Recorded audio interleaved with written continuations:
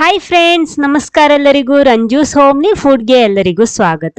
ಇವತ್ತು ನಾನು ಎಲ್ರಿಗೂ ಇಷ್ಟ ಇರುವಂಥ ಒಂದು ರೆಸಿಪಿ ಜೊತೆನೆ ಬಂದಿದ್ದೀನಿ. ಅದನ್ನು ಆರೋಗ್ಯಕರವಾಗಿ ತುಂಬ ಸರಳವಾಗಿ ಯಾವ ರೀತಿ ಮಾಡೋದು ಅಂತ ಹೇಳಿ ಕೊಡ್ತಾ ಇದ್ದೀನಿ. ಬನ್ನಿ ನೋಡೋಣ ಹೇಗೆ ಮಾಡೋದು ಅಂತ. ಅದಕ್ಕೋಸ್ಕರ ನಾನಿಲ್ಲಿ 3/4 ಕಪ್ ಗೋಧಿ ಹುಡಿ ತಗೊಂಡಿದ್ದೀನಿ. ಕರೆಕ್ಟ್ ಅಳತೆಯಲ್ಲಿ ಹೇಳ್ತಾ ಇದ್ದೀನಿ. ಮೊದಲು ಅರ್ಧ ಕಪ್ ಹಾಕೊಂಡಿದ್ದೀನಿ, ಆಮೇಲೆ ಇಲ್ಲಿ 1/4 ಕಪ್. ಇಲ್ಲಿ ನಾನು ಸ್ವಲ್ಪ ಪ್ರಮಾಣದಲ್ಲಿ ಮಾಡ್ತಾ ಇರೋದು, ಜಾಸ್ತಿ ಮಾಡ್ತಿದ್ರೆ ಎಲ್ಲ ಜಾಸ್ತಿ ತಗೊಳ್ಳಿ ನೀವು. ಆಮೇಲೆ ಇದಕ್ಕೆ ರುಚಿಗೆ ತಕ್ಕಷ್ಟು ಉಪ್ಪು ಕೂಡ ಹಾಕ್ತಾ ಇದ್ದೀನಿ. 1/4 ಟೀ ಸ್ಪೂನ್ ನಷ್ಟು ಅರಿಶಿನ ಹುಡಿ ಕೂಡ ಹಾಕ್ತೀನಿ. ಮೊದಲು ಇದನ್ನು ಒಂದ್ಸಲ ಮಿಕ್ಸ್ ಮಾಡ್ಕೊಳ್ಳಿ ಈ ರೀತಿ. ಆಮೇಲೆ ಇದಕ್ಕೆ 1 ಟೀ ಸ್ಪೂನ್ ನಷ್ಟು ಎಣ್ಣೆ, ಬಿಸಿ ಎಣ್ಣೆ ಏನಲ್ಲ, ನಾರ್ಮಲ್ ಎಣ್ಣೆ, ಅಡುಗೆಗೆ ಉಪಯೋಗಿಸೋ ಎಣ್ಣೆ ಉಪಯೋಗಿಸ್ಕೊಳ್ಳಿ. ಇನ್ನು ಇದನ್ನ ಕೈಯಲ್ಲೇ ಚೆನ್ನಾಗಿ ಮಿಕ್ಸ್ ಮಾಡ್ಬೇಕಂದ್ರೆ ಕರೆಕ್ಟ್ ಆಗಿ ಅದು ಎಲ್ಲಾ ಹುಡಿಗಳಿಗೂ ಕರೆಕ್ಟ್ ಆಗಿ ಹಿಡಿಬೇಕು, ಆ ರೀತಿ ಮಾಡ್ಕೊಳ್ಳಿ.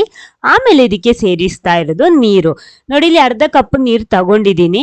ಇದಕ್ಕೆ ಇದು ನೀವು ಒಮ್ಮೆಲೆ ನೀರು ಸೇರಿಸಬಾರ್ದು. ನಾನು ಕರೆಕ್ಟ್ ಅಳತೆ ಹೇಳ್ತೀನಿ, ಆದ್ರೂ ಕೂಡ ನೀವು ಒಮ್ಮೆಲೆ ನೀರು ಸೇರಿಸಬಾರ್ದು. ಸ್ವಲ್ಪ ಸ್ವಲ್ಪ ಹಾಕ್ಬಿಟ್ಟು ಇದೇ ರೀತಿ ಮಿಕ್ಸ್ ಮಾಡ್ತಾ ಬರಬೇಕು. ಯಾಕಂದ್ರೆ ನೀರು ಹೆಚ್ಚಾದ್ರೆ ಪುನಃ ಹುಡಿ ಹಾಕ್ಬೇಕು, ಅದೇ ರೀತಿ ಚೇಂಜ್ ಮಾಡ್ತಾ ಇರಬೇಕಾಗುತ್ತೆ. ಆ ರೀತಿ ನೋಡಿ, ಇವಾಗ ನಾನು ನೀರು ಹಾಕೊಂಡಿದ್ದೀನಿ. ಇದೇ ರೀತಿ ಮಿಕ್ಸ್ ಮಾಡ್ಕೊಳ್ಳಿ. ಮೊದಲು ಕರೆಕ್ಟ್ ಆಗಿ ಈ ರೀತಿ ಮಾಡ್ಕೊಂಡ್ರೆ ಆಯ್ತು. ಗೋಧಿ ಹುಡಿ ಮಾತ್ರ ನಾನಿಲ್ಲಿ ಹಾಕಿರೋದು. ನೋಡಿ, ಇವಾಗ ನೀರು ಸಾಕು. ನೋಡಿ, 1 ಟೇಬಲ್ ಸ್ಪೂನ್ ನಷ್ಟು ನೀರು ಬಾಕಿ ಇದೆ ಅರ್ಧ ಕಪ್ಪಲ್ಲಿ. ಇಷ್ಟು ನಾನು ತಗೊಂಡಿದ್ದೀನಿ. ಇವಾಗ ನೀರು ಸಾಕು. ಇನ್ನು ಇದನ್ನ ಚೆನ್ನಾಗಿ ನಾದ್ಕೋಬೇಕು. ಅಂದ್ರೆ ನಾವು ಎಷ್ಟು ಚೆನ್ನಾಗಿ ನಾದ್ಕೋತೀವೋ ಅಷ್ಟು ಸಾಫ್ಟ್ ಆಗಿ ಸಿಗುತ್ತೆ ಹಿಟ್ಟು. ನಿಮಗೆ ಬೇಕಿದ್ರೆ ಕೌಂಟರ್ ಟಾಪ್ ಮೇಲ್ಗಡೆ ಹಾಕ್ಬಿಟ್ಟು ಚೆನ್ನಾಗಿ ನಾದ್ಕೋಬಹುದು. ಯಾವ ರೀತಿ ಬೇಕೋ ಆ ರೀತಿ ನಿಮ್ಗೆ ಮಾಡ್ಬೋದು. ಎಷ್ಟು ಚೆನ್ನಾಗಿ ಮಿಕ್ಸ್ ಮಾಡ್ತಿರೋ ನಾದ್ಕೋತಿರೋ ಅಷ್ಟು ಸಾಫ್ಟ್ ಆಗಿ ಬರುತ್ತೆ ಹಿಟ್ಟು. ನೋಡಿ, ಇವಾಗ ಹಿಟ್ಟು ರೆಡಿ ಆಗಿದೆ. ನೋಡಿ ಎಷ್ಟೊಂದು ಸಾಫ್ಟ್ ಆಗಿದೆ ಅಂತ. ನೋಡಿ, ಮುಟ್ಟುವಾಗ್ಲೇ ಅಷ್ಟೊಂದು ಸಾಫ್ಟ್ ಆಗಿರುತ್ತೆ. ನೋಡಿ, ಅಂದ್ರೆ ಮೈದಾ ಏನು ಹಾಕೊಂಡಿಲ್ಲ, ನಾವು ಗೋಧಿ ಹುಡಿ ಮಾತ್ರ ಹಾಕೊಂಡಿರೋದು. ನೋಡಿ ಎಷ್ಟೊಂದು ಸಾಫ್ಟ್ ಆಗಿದೆ ಅಂತ. ಕರೆಕ್ಟ್ ಆಗಿ ಸಿಕ್ಕಿದೆ ನಮಗೆ. ಇನ್ನು ಇದನ್ನೇನ್ ಮಾಡ್ಬೇಕಂದ್ರೆ ಫುಲ್ ಆಗಿ ಅದೇ ರೀತಿ ಮಾಡ್ಕೊಂಡು ರೆಸ್ಟ್ ಮಾಡ್ಬೇಕು. 1 ಗಂಟೆ ಹೊತ್ತಾದ್ರೂ ರೆಸ್ಟ್ ಮಾಡ್ಕೊಳ್ಳಿ ಮಿನಿಮಮ್. ಜಾಸ್ತಿ ಬೇಕಿದ್ರೆ ಜಾಸ್ತಿ ಮಾಡ್ಬೋದು. ನಾನಿಲ್ಲಿ ಇದ್ರ ಮೇಲ್ಗಡೆ ಎಣ್ಣೆ ಎಲ್ಲ ಸ್ಪ್ರೆಡ್ ಮಾಡ್ತಾ ಇಲ್ಲ, ಬೇಕಿದ್ರೆ ಆ ರೀತಿನೂ ಮಾಡ್ಬೋದು. ಇನ್ನು ಇದನ್ನ ಕ್ಲೋಸ್ ಮಾಡಿಡ್ತಾ ಇದ್ದೀನಿ.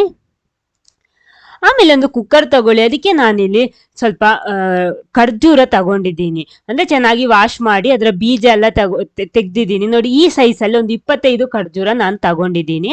ಅಂದ್ರೆ ಸಣ್ಣ ಸೈಜಲ್ಲಿ ಇರೋದು, ಒಂದು ಮೀಡಿಯಂ ಸೈಜಲ್ಲಿ ಇರುವಂತಹ ಖರ್ಜೂರ. ಹಸಿ ಖರ್ಜೂರನೇ ಆಗಿರಬೇಕು, ಒಣಗಿದ ಖರ್ಜೂರ ಅಲ್ಲ. ಅದನ್ನ ಕುಕ್ಕರ್ ಒಳಗಡೆ ಹಾಕ್ತಾ ಇದ್ದೀನಿ. ನೋಡಿ, ಈ ರೀತಿ ಇದೆ. ಆದಷ್ಟು ಸಾಫ್ಟ್ ಆಗಿರೋ ಖರ್ಜೂರನೇ ತಗೊಳ್ಳಿ, ಚೆನ್ನಾಗಿ ಬರುತ್ತೆ. ಇನ್ನು ಇದಕ್ಕೆ ನೀರು ಬೇಯೋದಿಕ್ಕೆ ಎಷ್ಟು ಬೇಕೋ ಅಷ್ಟು ಮಾತ್ರ ಸೇರಿಸ್ಕೊಳ್ಳಿ, ನೋಡ್ಕೊಂಡು ಸೇರಿಸ್ಕೊಳ್ಳಿ. ಯಾಕಂದ್ರೆ ನಾವು ಕುಕ್ಕರಲ್ಲಿ ಹಾಕೋದು, ಕಡಿಮೆ ಆದ್ರೂ ತಳ ಹಿಡಿದು ಬಿಡ್ಬೋದು. 2 ವಿಸಿಲ್ ತನಕ ಇದನ್ನ ಬೇಯಿಸ್ಬೇಕು. ಅಷ್ಟೊತ್ತಿಗೆ ನೋಡಿ, ನಾನಿಲ್ಲಿ ಅರ್ಧ ಕಪ್ ತೆಂಗಿನ ತುರಿ ತಗೊಂಡಿದ್ದೀನಿ. ಅದನ್ನ ಮಿಕ್ಸಿ ಜಾರ್ ಒಳಗಡೆ ಹಾಕ್ತಾ ಇದ್ದೀನಿ. ಅದಕ್ಕೆ 2 ಏಲಕ್ಕಿ ಕೂಡ ಸಿಪ್ಪೆ ತೆಗೆದು ಹಾಕೊಂಡಿದ್ದೀನಿ. ಇನ್ನು ಇದನ್ನ ಹುಡಿ ಮಾಡಿ ತರ್ತೀನಿ. ನೋಡಿ, ಹುಡಿ ರೆಡಿ ಆಗಿದೆ. ಇದನ್ನ ಕೂಡ ಒಂದು ಸೈಡಲ್ಲಿ ಇಟ್ಕೊಳ್ಳಿ. ಅಷ್ಟೊತ್ತಿಗೆ ಇದು ವಿಸಿಲೆಲ್ಲ ಹೋಗಿ ಆವಿ ಎಲ್ಲ ಹೋಗಿ ರೆಡಿ ಆಗಿದೆ. ಓಪನ್ ಮಾಡ್ತೀನಿ. ನೋಡಿ, ಕರೆಕ್ಟ್ ಆಗಿ ಸಿಕ್ಕಿದೆ ನಮಗೆ. ಸ್ವಲ್ಪನೂ ಎಕ್ಸ್ಟ್ರಾ ನೀರು ಬಂದಿಲ್ಲ. ನೀವು ಕರೆಕ್ಟ್ ನೋಡ್ಕೊಂಡೇ ಸೇರಿಸ್ಬೇಕು. ಅಂದ್ರೆ ಬೇಯೋದಿಕ್ಕೆ ಎಷ್ಟು ಬೇಕೋ ಅಷ್ಟು ಸೇರಿಸ್ಬೇಕು. ಕಡಿಮೆ ಹಾಕ್ಬಿಟ್ರೆ ತಳ ಹಿಡಿದು ಬಿಡ್ಬೋದು. ಆದ ಕಾರಣ ಕೇರ್ಫುಲ್ ಆಗಿ ನೋಡ್ಕೊಳ್ಳಿ. ಅಂದ್ರೆ ಜಾಸ್ತಿ ನೀರಾದ್ರೆ ಇದನ್ನ ರುಬ್ಬುವಾಗ ಇದಕ್ಕೆ ನೀರು ಬೇಡ. ಆ ನೀರು ಸುಮ್ಗೆ ವೇಸ್ಟ್ ಮಾಡೋದಲ್ಲ, ಕುಡಿಬಹುದು. ಆದ್ರೂ ಅದು ಆ ರೀತಿ ಹೋಗುತ್ತೆ. ಅದಕ್ಕೋಸ್ಕರ ನಾನು ಹೇಳಿರೋದು. ಸ್ವಲ್ಪ ನೀರೆಲ್ಲ ಎಕ್ಸ್ಟ್ರಾ ಇದ್ರೆ ಸೇರಿಸಬಹುದು ರುಬ್ಬುವಾಗ. ನೋಡಿ, ಈ ರೀತಿ ಇದೆ. ಇದನ್ನ ಸ್ವಲ್ಪ ಆರಿದ್ಮೇಲೆ ಮಿಕ್ಸಿ ಜಾರಿಗೆ ಹಾಕೊಳ್ಳಿ. ನೋಡಿ, ಎಲ್ಲ ಕೂಡ ಮಿಕ್ಸಿ ಜಾರ್ ಒಳಗಡೆ ಹಾಕ್ತಾ ಇದ್ದೀನಿ. ಇನ್ನು ಇದನ್ನ ಕೂಡ ರುಬ್ಬಿ ತರ್ತೀನಿ. ನೀರೇನು ಸೇರಿಸಬೇಡಿ, ಹಾಗೆ ರುಬ್ಕೊಳ್ಳಿ. ಅಷ್ಟೊತ್ತಿಗೆ ಒಂದು ಪ್ಯಾನ್ ಬಿಸಿ ಮಾಡಿಬಿಟ್ಟು ಅದಕ್ಕೆ 2 ಟೀ ಸ್ಪೂನ್ ನಷ್ಟು ತುಪ್ಪ ಹಾಕ್ತಾ ಇದ್ದೀನಿ ಮೊದಲು. ಆಮೇಲೆ ನೋಡಿ, ರುಬ್ಬಿದಂತಹ ಪೇಸ್ಟ್ ಕೂಡ ಇಲ್ಲಿ ರೆಡಿ ಆಗಿದೆ. ಖರ್ಜೂರದ ಪೇಸ್ಟ್ ನೋಡಿ ಈ ರೀತಿ ಇರಬೇಕು. ಅಂದ್ರೆ ಜಾಸ್ತಿ ನೀರಾಗ್ಬಿಟ್ರೆ ಅದು ಸ್ವಲ್ಪ ದಪ್ಪ ಬರೋದಿಕ್ಕೆ ಟೈಮ್ ತಗೊಳುತ್ತೆ. ಅದಕ್ಕೋಸ್ಕರ ಆ ರೀತಿ ಹೇಳ್ತಾ ಇರೋದು. ಇನ್ನು ಈ ತುಪ್ಪದಲ್ಲಿ ಇದನ್ನ ಮೊದಲು ಸ್ವಲ್ಪ ಫ್ರೈ ಮಾಡ್ಕೊಳ್ಳಿ. ಯಾಕಂದ್ರೆ ಇದು ಬೆಂದಿರೋದು, ಜಾಸ್ತಿ ರೋಸ್ಟ್ ಮಾಡ್ಬೇಕಾದ ಅವಶ್ಯಕತೆ ಇಲ್ಲ. ನೋಡಿ, ಇವಾಗ ಕರೆಕ್ಟ್ ಮಿಕ್ಸ್ ಆಗಿದೆ. ಇದಕ್ಕೆ ನಾವು ಅವಾಗ ಗ್ರೈಂಡ್ ಮಾಡಿಟ್ಟಂತಹ ತೆಂಗಿನ ತುರಿ ಇದೆಯಲ್ವಾ, ಅದನ್ನ ಹಾಕ್ತಾ ಇದ್ದೀನಿ. ಮೊದಲು ಸ್ವಲ್ಪ ಹಾಕಿ ಮಿಕ್ಸ್ ಮಾಡ್ತೀನಿ. ಆಮೇಲೆ ಎಲ್ಲ ಕೂಡ ಹಾಕ್ತಾ ಇದ್ದೀನಿ. ಎಲ್ಲ ಕೂಡ ಒಂದು ಮಿಕ್ಸ್ ಮಾಡಿಬಿಟ್ಟು ಇದು ಸ್ವಲ್ಪ ಪಾಕ ತರ ಬರ್ಬೇಕಂದ್ರೆ ತಳ ಬಿಟ್ಟು ಬರ್ಬೇಕಂದ್ರೆ ನಮಗೆ ಕರೆಕ್ಟ್ ಆಗಿ ಉಂಡೆ ಮಾಡೋದಿಕ್ಕೆ ಆಗ್ಬೇಕು. ಆ ರೀತಿ ಬರ್ಬೇಕು. ನೋಡಿ, ಈ ರೀತಿ ಜಸ್ಟ್ ಪ್ಯಾನ್ ಬಿಟ್ಟು ಬಂದ್ರೆ ಸಾಕು. ನೋಡಿ, ಇವಾಗ ಫಿಲ್ಲಿಂಗ್ಸ್ ರೆಡಿ ಆಗಿದೆ. ನೋಡಿ, ಕರೆಕ್ಟಾಗಿ ತಳ ಬಿಟ್ಟು ಬರುತ್ತೆ. ಅಂದರೆ ನಾವು ಇದಕ್ಕೆ ಸ್ವೀಟಿಗೆ ಏನು ಹಾಕೋದೇ ಇಲ್ಲ, ಖರ್ಜೂರ ಮಾತ್ರ ಉಪಯೋಗಿಸಿರೋದು. ನೋಡಿ ಇದು ಕೂಡ ಇವಾಗ ಹಿಟ್ಟು ರೆಡಿ ಆಗಿದೆ. ಅಂದರೆ ನಾವಿಲ್ಲಿ ಒಬ್ಬಟ್ಟು ಮಾಡ್ತಾ ಇರೋದು. ಅಂದರೆ ನಮ್ಮ ಇಲ್ಲಿ ಕಣಕ ಕೂಡ ರೆಡಿ ಆಗಿದೆ. ಗೋಧಿ ಹುಡಿಯಲ್ಲಿ ಮಾಡಿರುವಂತಹ ಸಾಫ್ಟ್ ಆಗಿರುವಂತಹ ಒಬ್ಬಟ್ಟು ಹಿಟ್ಟು ಅಥವಾ ಕಣಕ ಕೂಡ ರೆಡಿ ಆಗಿದೆ. ಅದನ್ನ ಈ ರೀತಿ ಉಂಡೆ ಮಾಡ್ತಾ ಇದ್ದೀನಿ. ನಾವು ಈ ರೀತಿ ಮಾಡಿಬಿಟ್ರೆ ಎಲ್ಲ ಕೂಡ ಒಂದೇ ಸೈಜಿಗೆ ಸಿಗುತ್ತೆ, ಅದಕ್ಕೋಸ್ಕರ ಈ ರೀತಿ ಮಾಡ್ತಾ ಇರೋದು. ನೋಡಿ ಎಲ್ಲ ಕೂಡ ಇದೇ ರೀತಿ ಮಾಡ್ಕೊಳ್ಳಿ. 5 ಉಂಡೆ ಇಲ್ಲಿ ರೆಡಿ ಆಗಿದೆ. ಅದೇ ರೀತಿ ನೋಡಿ ಹೂರಣ ಕೂಡ ಇಲ್ಲಿ ಆರಿ ರೆಡಿ ಆಗಿದೆ. ಇನ್ನು ಇದನ್ನ ಕೂಡ ಉಂಡೆ ಮಾಡ್ಕೊಂಡ್ರೆ ಆಯ್ತು. ಅಂದ್ರೆ 5 ರೆಡಿ ಉಂಡೆಯಲ್ಲಿ ಕಣಕ ರೆಡಿ ಆಗಿದೆ, 5 ಹೂರಣ ಕೂಡ ರೆಡಿ ಮಾಡ್ಕೊಂಡ್ರೆ ಆಯ್ತು. ನೋಡಿ ಈ ಸೈಜ್ ಅಲ್ಲಿ ಮಾಡ್ಕೊಂಡಿದ್ದೀನಿ. 5 ರೆಡಿ ಆಗಿದೆ. ಇವಾಗ ಈ ರೀತಿ ಇದೆ ನೋಡಿ. ನೆಕ್ಸ್ಟ್ ಒಂದು ಬಾಳೆ ಎಲೆ ತಗೊಂಡಿದ್ದೀನಿ ನಾನು. ಅದರ ಮೇಲ್ಗಡೆ ಸ್ವಲ್ಪ ಎಣ್ಣೆ ಸ್ಪ್ರೆಡ್ ಮಾಡ್ತಾ ಇದ್ದೀನಿ. ಈ ರೀತಿ ಫುಲ್ ಎಣ್ಣೆ ಸ್ಪ್ರೆಡ್ ಮಾಡಿದ್ಮೇಲೆ ನಮ್ಮ ಹಿಟ್ಟು ಇದೆಯಲ್ವಾ, ಅದನ್ನ ಮೊದಲು ಈ ರೀತಿ ಹಾಕ್ಬಿಟ್ಟು ಸ್ಪ್ರೆಡ್ ಮಾಡ್ಕೊಳ್ಳಿ. ಸ್ವಲ್ಪ ಸ್ಪ್ರೆಡ್ ಮಾಡಿದ್ರೆ ಸಾಕು.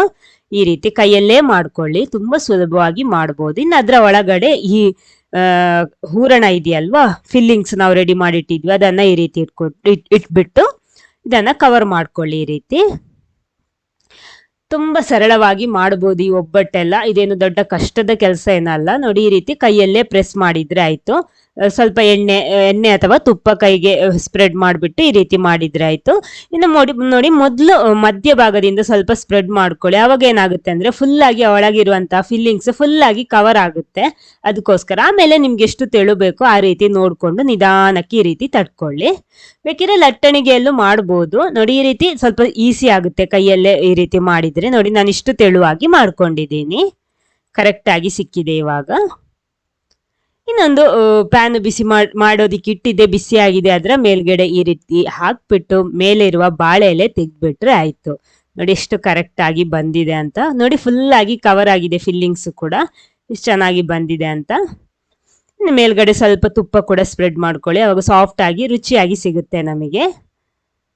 ತುಂಬಾ ಸಿಂಪಲ್ ಆಗಿ ಮಾಡುವಂತ ಒಂದು ಒಬ್ಬಟ್ಟು. ನೋಡಿ ಈ ರೀತಿ ಇದನ್ನ ತಿರುಗಿಸಿ ಕೂಡ ಹಾಕೊಳ್ಳಿ. ಸ್ವಲ್ಪ ಕಾಸ್ಟ್ಲಿ ಐಟಮ್ ಇದು. ಅಂದ್ರೆ ನೀವು ಹೋಟೆಲ್ಗಳಲ್ಲೆಲ್ಲ ಇದು ತಗೊಂಡ್ರೆ ಸ್ವಲ್ಪ ಕಾಸ್ಟ್ಲಿ ಇರುತ್ತೆ, ಖರ್ಜೂರದಲ್ಲಿ ಮಾಡಿರುವಂತದ್ದು. ನೋಡಿ ಮನೆಯಲ್ಲೇ ತುಂಬಾ ಸಿಂಪಲ್ ಆಗಿ, ಅದು ಮೈದಾ ಬೇಡ, ಬೆಲ್ಲ ಬೇಡ, ಯಾವುದು ಬೇಡ, ನಿಮಗೆ ಇದೇ ರೀತಿ ಹೆಲ್ದಿ ಕೂಡ ಆರೋಗ್ಯಕರವಾಗಿ ಮಾಡ್ಕೊಂಡಿದ್ದೀನಿ.